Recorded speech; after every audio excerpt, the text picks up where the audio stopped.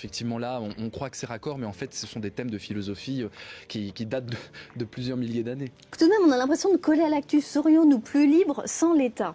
C'est le hasard si ce type de sujet intervient au lendemain du second tour des législatives, ou est-ce que les personnes qui choisissent ces sujets quand même collent à ce qui se passe? Non, je pense que c'est le hasard. Je pense qu'il y a toute une panoplie de sujets et c'est le hasard. Mais le hasard fait bien les choses. C'est ça un peu l'enseignement qu'on peut tirer de cette concordance. Et les jeunes qui ont suivi la campagne, qui ont suivi ces dernières semaines, tout ça, ça peut leur servir, ou il faut qu'ils aient des références philosophiques obligatoires? C'est le grand risque. Il faut surtout pas surfer sur l'actualité et la philosophie.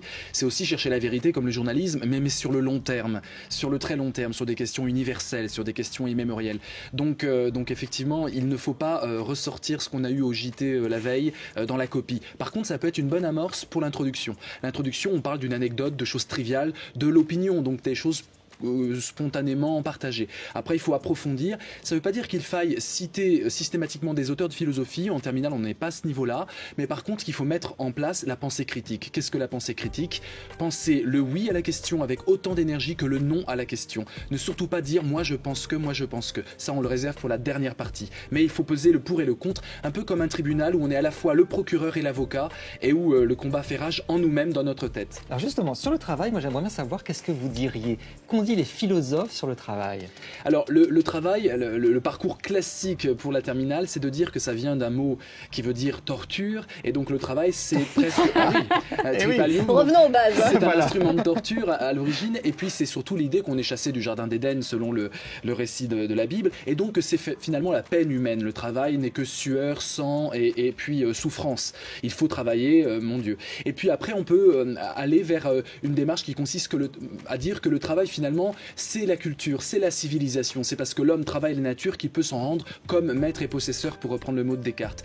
Et puis on peut aller vers des choses un peu plus subversives. C'est Nietzsche qui dit ça dans son livre Aurore, qui dit que le travail constitue la meilleure des polices. Finalement, un peuple occupé à travailler qui doit rembourser ses dettes, eh ben c'est la meilleure des polices, puisque c'est un peuple qui ne va pas transgresser les normes et faire la révolution. Et on le voit plus que jamais, hein. Chaque mot a son importance. C'est très très important de lire avec exactitude la phrase. Travailler est seulement être utile, Alors, ne rien oublier. Exactement. Travailler, c'est le verbe. On ne parle pas du travail, mais on parle de l'action de travailler. Être utile pour qui, pourquoi? Être utile pour moi. Est-ce que travailler, c'est utile pour moi? Utile pour la société? Utile pour mes enfants? Et puis, il y a des présupposés dans les sujets, c'est-à-dire des affirmations dans la question même. Quand je dis travailler, est-ce seulement être utile? Ça sous-entend que travailler c'est utile. On peut très bien dans une sous-partie dire que travailler c'est absolument inutile. C'est juste bon finalement à perdre notre énergie qu'on pourrait placer ailleurs. Société de loisirs, développement de la culture, etc. qui n'est pas du travail. Le piège avec le mot travail, c'est que certains travaillent beaucoup mais en fait c'est de la passion, donc on peut plus appeler ça de la torture, et d'autres travaillent mais c'est pas du tout un travail passionnant, donc il faut aussi être lucide sur ces réalités. La philo, ça reste cette épreuve reine, hein. En France, on commence le bac avec... Qu'est-ce qu'on cherche? Qu'est-ce qu'on cherche à faire dire? Qu'est-ce qu'on cherche chez ces jeunes en 4 heures? Eh bien, on cherche à ce qu'ils cherchent. Parce que l'éducation se fait à base d'information et surtout d'affirmation. En histoire géo, on affirme des faits. En économie, on affirme des réalités. En mathématiques, on affirme des axiomes, des théories. Eh bien, la philosophie, on n'affirme plus. On ne veut plus qu'ils affirment, nos élèves. On veut qu'ils se posent des questions. Parce que dans l'isoloir, devant un programme électoral, ils auront à se poser des questions et ne pas affirmer. Et donc c'est cette façon de se retenir d'affirmer. On est toujours sollicité dans des sondages, dans des blogs, on affirme, on passe notre temps à affirmer. La philosophie, c'est ce moment de la pensée critique qui consiste à dire tu es homme parce que tu te poses des questions, pas parce que tu affirmes le poing sur la table. Alors comment on met une note à une dissertation de philo? On regarde si justement il a bien réfléchi, qu'il n'a pas fait que des affirmations? Exactement. C'est ça? Est-ce qu'il a posé des questions? Est-ce qu'il a montré l'importance de la question? Ça s'appelle l'enjeu.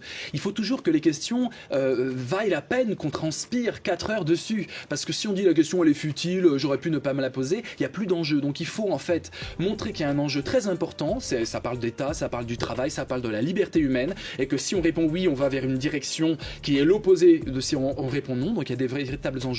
Et puis montrer qu'en fait on est piégé, que c'est une question piège et qu'il va falloir se sortir d'un labyrinthe. Et ce qu'on note, ce qu'on calcule quand on est professeur, c'est comment ils avancent, nos élèves, dans le labyrinthe de la pensée. Le labyrinthe, comment ils déambulent? Est-ce qu'ils visitent 3-4 pièces ou est-ce qu'ils font l'entièreté du labyrinthe? Mais est-ce que la note en philo, c'est pas un piège aussi? Est-ce que, prenons 3 profs de philo, on aura souvent 3 notes différentes? Non, en tout cas pas Non. plus que les maths, hein, des études sérieuses. C'est difficile quand même. 1 plus 1, ça fait 2 pour les 3 profs. Eh ben non, parce que non. Mais dans les maths, il y a des écarts de notes. Et dans la philosophie, c'est très simple. C'est est-ce qu'ils ont questionné la question? C'est vraiment la note. S'ils sont interrogés sur le pourquoi on me pose cette question-là, alors déjà c'est bien. Et puis ensuite, est-ce qu'ils ont pesé le pour et le contre? C'est-à-dire mis autant de radicalité dans l'affirmation oui ou dans la négation. Donc après, c'est effectivement une question d'appréciation, mais ça varie très peu. Et puis, les professeurs se donnent rendez-vous une fois avec les copies. Hein. J'ai déjà passé le bac, donc je sais comment ça se passe. Et on harmonise les notes. L'harmonisation des notes, c'est justement se mettre d'accord pour qu'il y ait une objectivité. Et s'il y a un problème, il y a une deuxième correction. Donc tout ça, c'est très objectif quand même. Eh bien, merci beaucoup, Merci. monsieur le professeur. Et je précise que vous faites une conférence sur le langage, L comme langage au Barrio Latino lundi prochain.